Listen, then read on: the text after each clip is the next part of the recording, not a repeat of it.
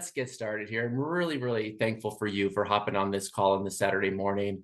There are so many moving pieces in the dental office acquisition and startup that I have no clue even what you do. I'm excited to learn about what you do. I'm Yeah. excited to share with everybody what you do. And let's just start off by just having an introduction. Tell everybody who you are, what you do, and we'll see how it goes. How's that sound? Awesome. Sounds great, Greg. Thanks. So I'm Ali. I'm a dental attorney here in California. We work really nationwide on, leases, purchasing and practices, second offices. A lot of our clients these days are selling to DSOs and those kind of things. So we assist a lot with that. But basically everything and anything on the legal side, we help with in a dental practice. Cool. Yeah. And it's really neat because we were joking just right before we started recording that I get the fun part of it. I get the design part once all of the lease negotiation and all of the legal stuff is done. So that's what I'm excited to learn from you. But before we get into that, I mean, tell everyone where you're located, what you like to do. Let's just get to know one another a little bit. Yeah. How did you get into this realm of business? No, it's a good question. I mean, I kind of fell into it. I feel like most people, Greg. I mean, my wife is a pediatric dentist up here in Northern California, and when she graduated, I started working with a lot of her colleagues and her classmates, and I was doing the whole big firm thing and helping them, and I was like, man, this is so much more fun. Yeah. I get to work with small business owners, people who are excited, who had just finished school, maybe they're associating and now they're like ready to rock and roll and own their own practice. And so I got into it like that. And what was even more fun and like what we've been able to do as our reputation has sort of grown nationwide is we're really about the young doctors, right? We really are about getting them from associateship to like financial independence through practice ownership. And we've been really blessed because we work with so many young doctors who are getting started in their careers. So yeah, it's been a ton of fun, Awesome. So your wife is a pedodontist. Yep. So how long has she been in the field? Oh, she's been doing it for 15, 16 years now. Yeah. So she And she graduated. Yeah, she owns her own graduated. practice? What's that? Yeah, her own practice. Yep. You help her acquire? What's that? Did you help her during the process? Of course. What else would I do? Yeah. She has the best contracts ever written. That's right. She didn't pay her bill though, so I'm taking her to collections. That's awesome. There's interest on that over 15 years too. Yeah, exactly. You're paying that. Oh my gosh. Well, that's awesome that you have such that close tie to dentistry and you get what it's like, not only to help clients, but also when you're going through a process yourself. I'm sure you're right alongside your wife as she's going along going through a lot of that as well. I mean, that's really hands-on experience. Oh yeah, no, Greg, I always say I became a better dental lawyer after she went through her process because I saw it from a unique perspective, right? Like I had only been doing it like about 4 years or so before,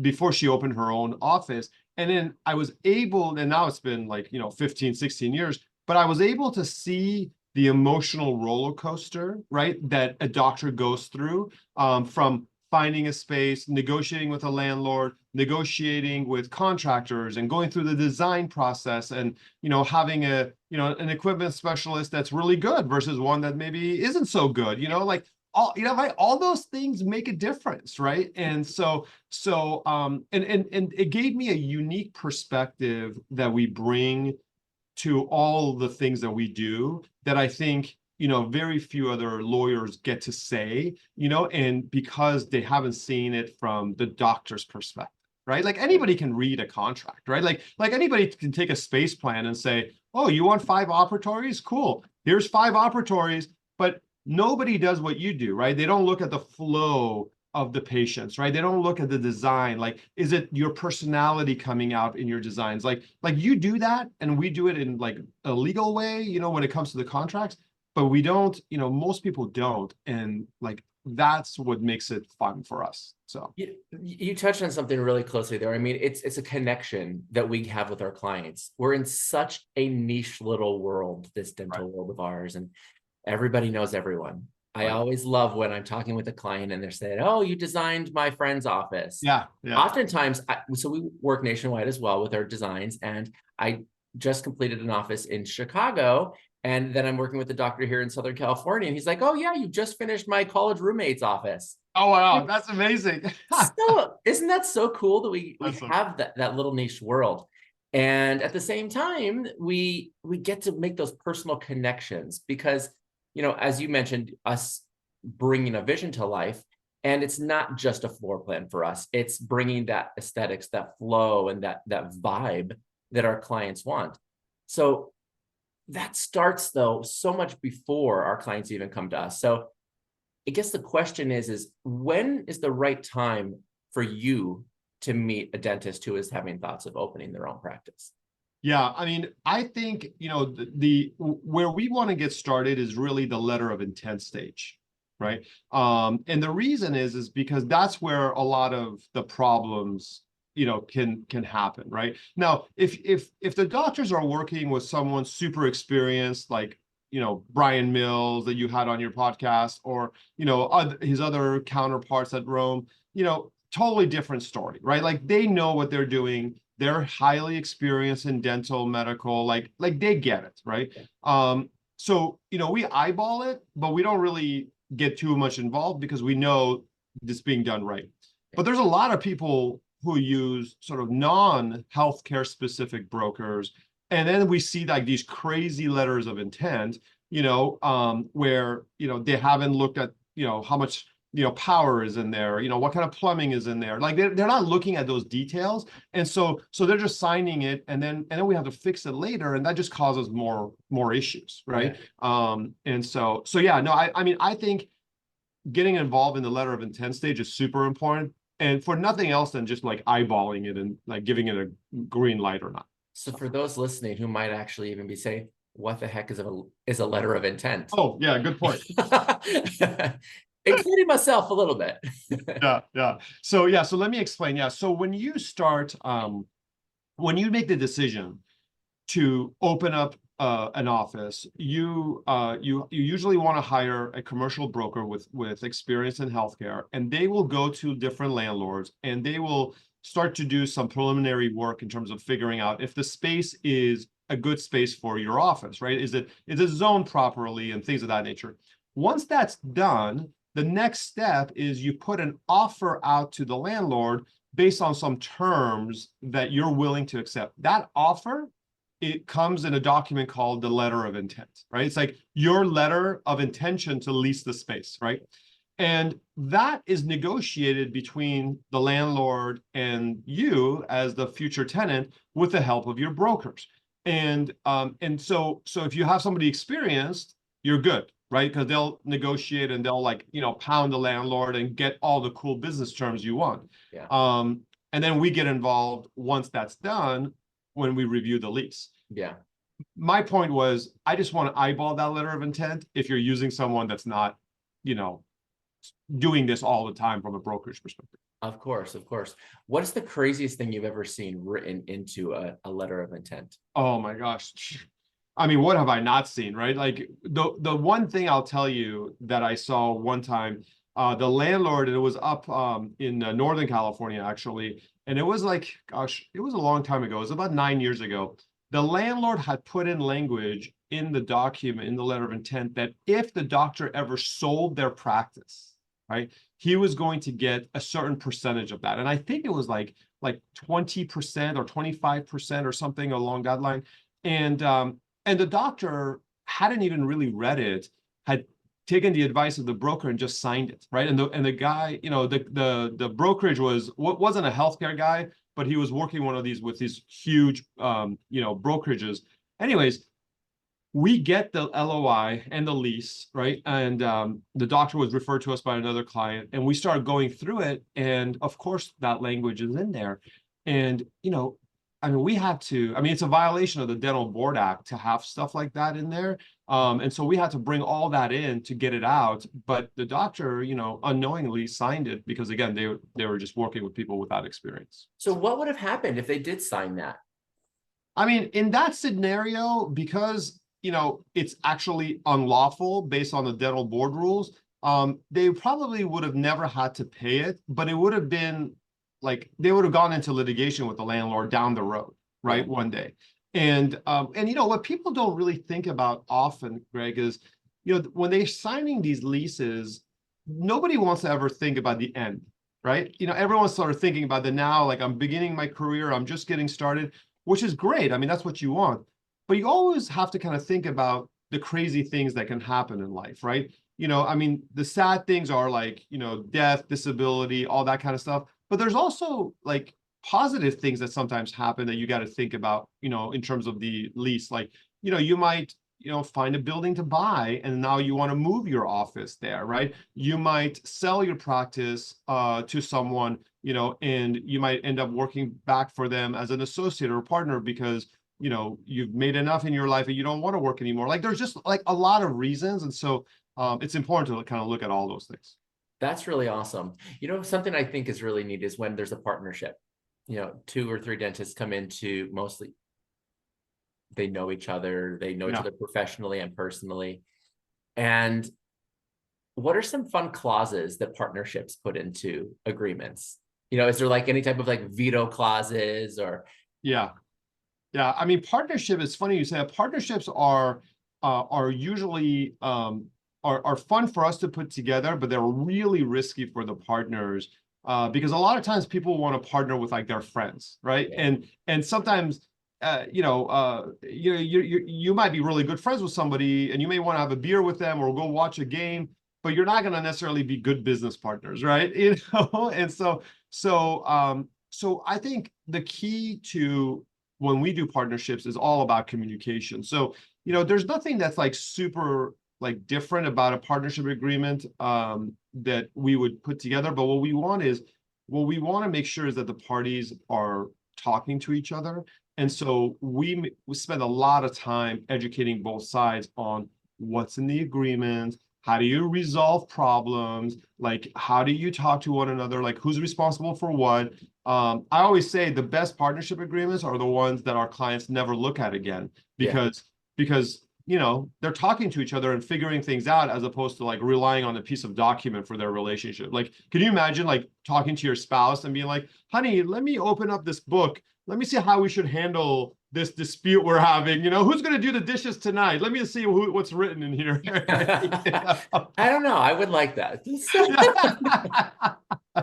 Do you remember Big Bang Theory? Did you ever watch the show? Sheldon Cooper has the best contracts. So that's really interesting because, we joke about that as well. Even with our design agreement, the best agreement is one that you sign and we never have to look at again. Because that means that our working relationship is going really well. Everyone is happy and we're all going to be really pleased at the very end.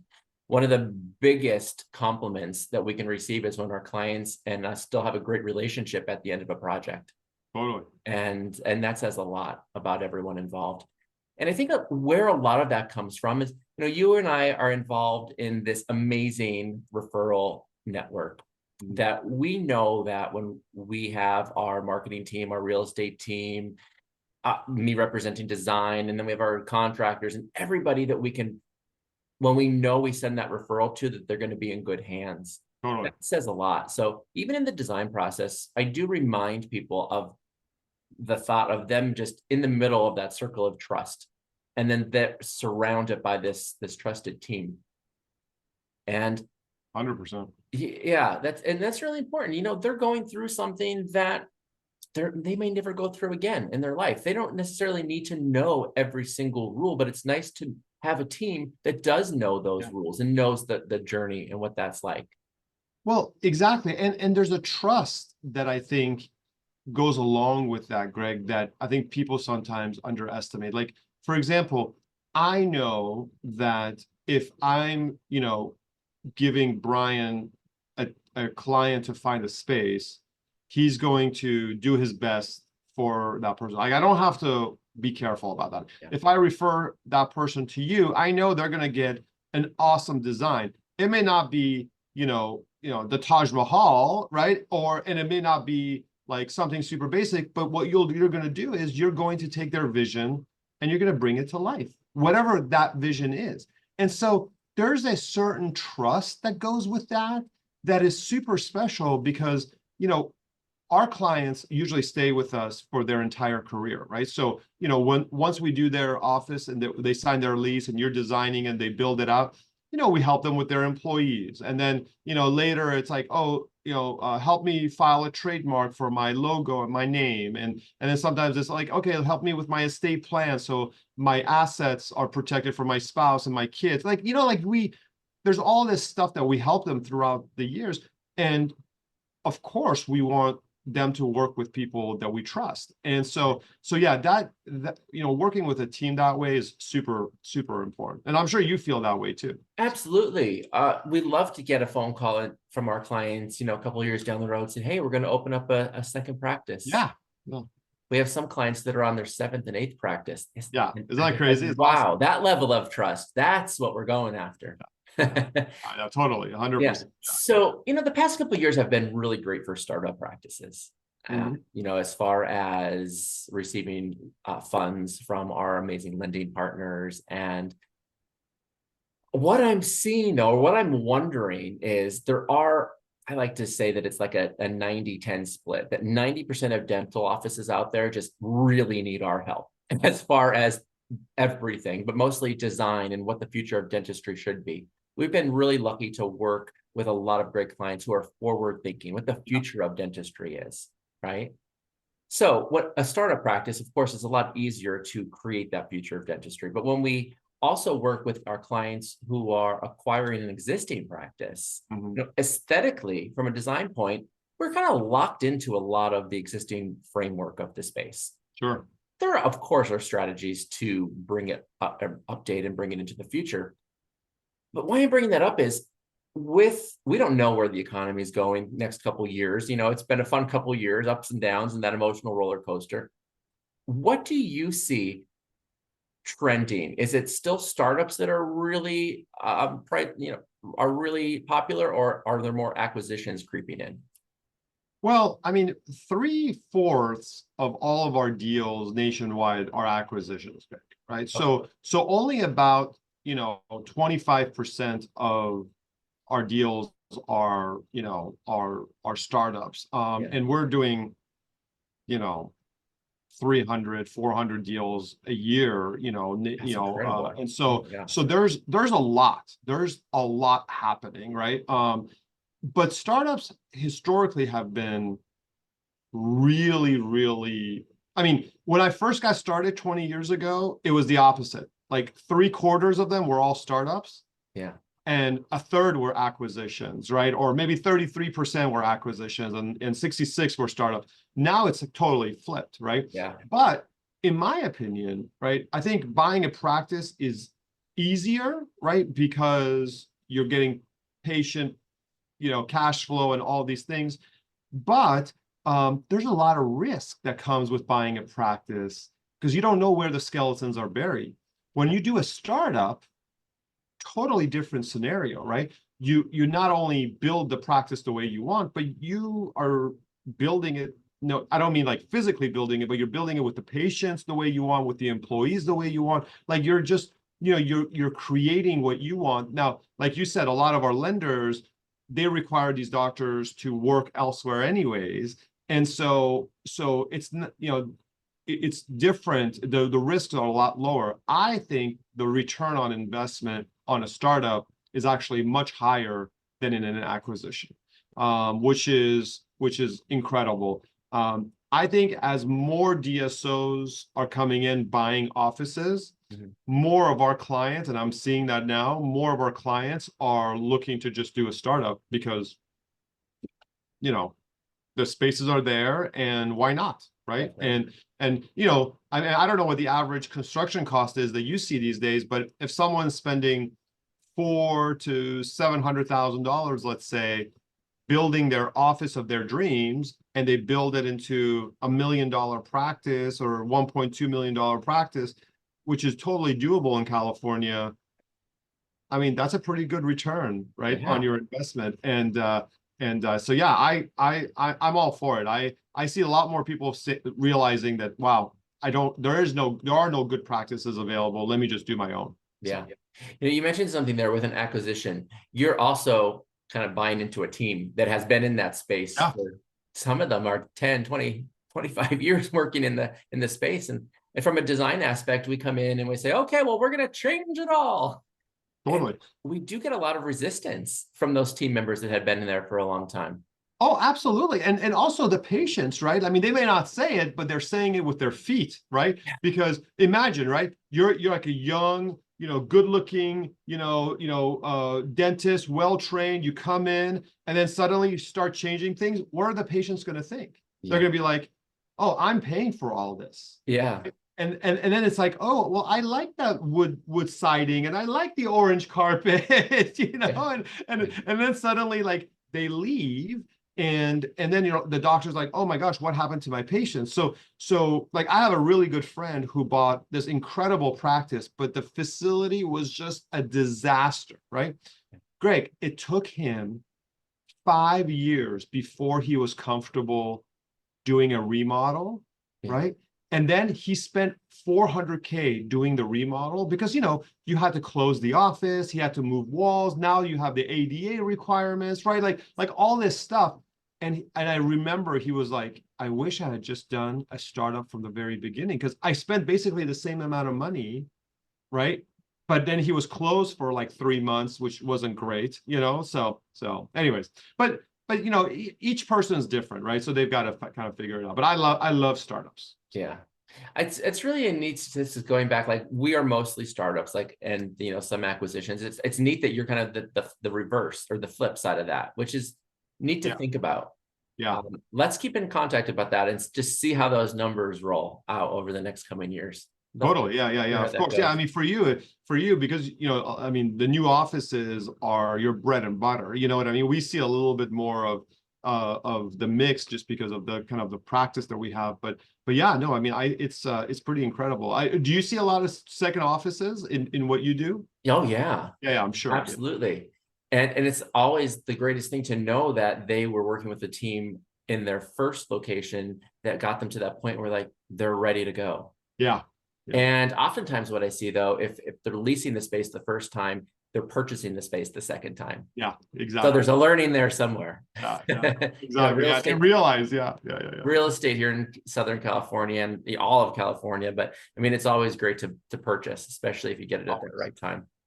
Yeah, no, I look, I think when you talk to the best, most successful dentists nationwide, it's usually not, they haven't gotten to where they are financially in terms of financial independence and stuff because they're investing in, a 401k plan or whatnot. They're usually getting there because they invested in real estate and they invested in themselves in their practice, right? And so, I mean, I think that's the message, right? Invest in yourself, invest in real estate, ideally where your practice is located, or other things. And usually things can work themselves out. That's right. Yeah. Let's end on a positive note. Let's both give the best story that you can think of when you were helping a client who may have been having these thoughts of, is it a startup? Is it an acquisition? We work with some people who we see over and over again for 2-3 years who are still having that thought. It's like, how can we help you to really take that first step that leads to the second step and then finding the space and getting that momentum going? Yeah. What is the best story that comes to mind for you? It's funny, Greg, you say this, and we didn't even prepare this. I didn't even know you were going to ask this question, but like I have a client who I just recently saw again.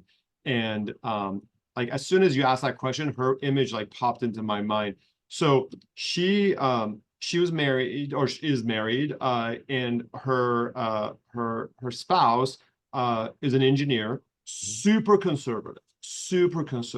And I'll never forget when I first met them probably about 6 years ago.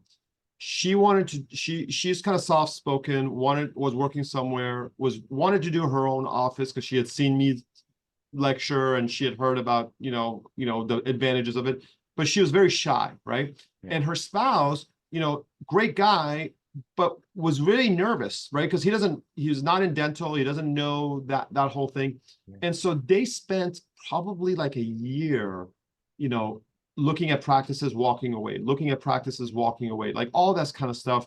A lot of it, I think, came down to confidence, right? Anyways, we did a startup for her, a super small location, like 900 square feet, right? Like 900 square feet. Now, I don't know, how many ops do you think you can put in 900 square feet if you were like maximizing every inch? Oh my God. Every inch we've squeezed about 4 decent size into that. If we really get into the delivery systems and if it open bay versus private rooms, you can probably even squeeze 5.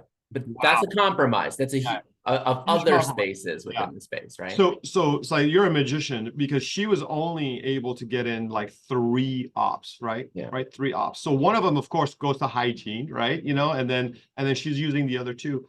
So I just saw her a couple of weeks ago and we were talking and she has blown out so much, or blown up, I should say, not blown out, blown up so much in her practice that she's looking to buy a facility now, right? And she had come to me to like help her kind of with the lending and kind of just starting the thought process. Yeah. But she wants a 9-op practice from 3 to 9, right? Wow. And I was like, what do you tell me about this? Like, that's a huge increase. And she was just like, look, I am turning away patients. Yeah.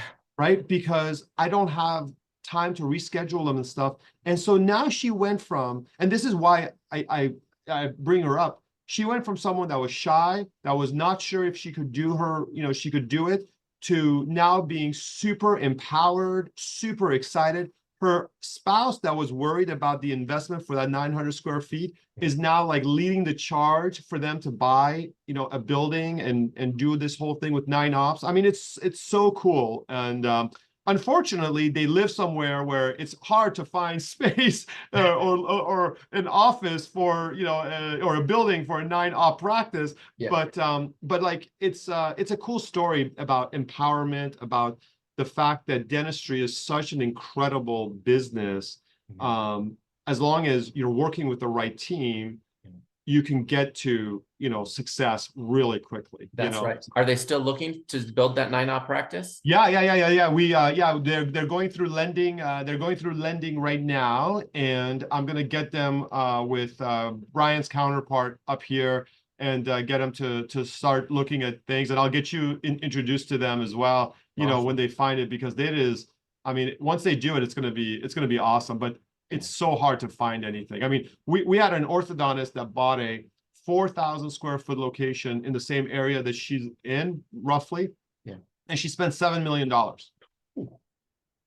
Was that buying a building for 7 Buying million? a building, 5,000 square feet only, right? I mean, it was like $1,200 or some crazy number per square foot. And it wasn't even a dental practice. Like, she had to build it then into a dental practice. And I mean, the costs are just enormous. So we'll see if she gets approved, and gets pre-approved or whatever. So, but it's a cool story regardless. That is a really cool story. And husband and wife stories are my favorite. We have so many clients that are husbands and wives who have met in dental school and just have built their career and their families together. Yeah. We just finished up a practice here in Southern California, and we always joke that we don't know what it is, but there's so many babies that come into the world during this process of building out a practice. And it's really neat to see. But our husband and wife stories, I mean, my gosh, husband and wife together under the same roof, husband and wife, pedo, ortho. Oh, I love that. Right?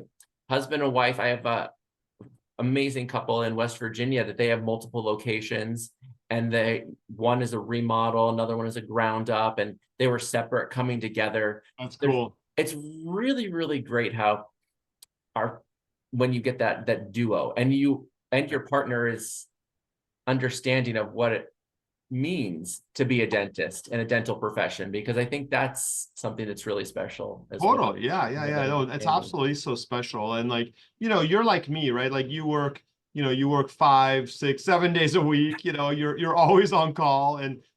But the beauty of dentistry is you can have an incredible life working 3 to 4 days a week, right? And like this husband and wife couples that you're talking about, we have a bunch of them too that are like 3 and 3, right? Like they work, one of them works 3 days and then the other one works 3 days, and you know, they have like a really cool lifestyle. Absolutely.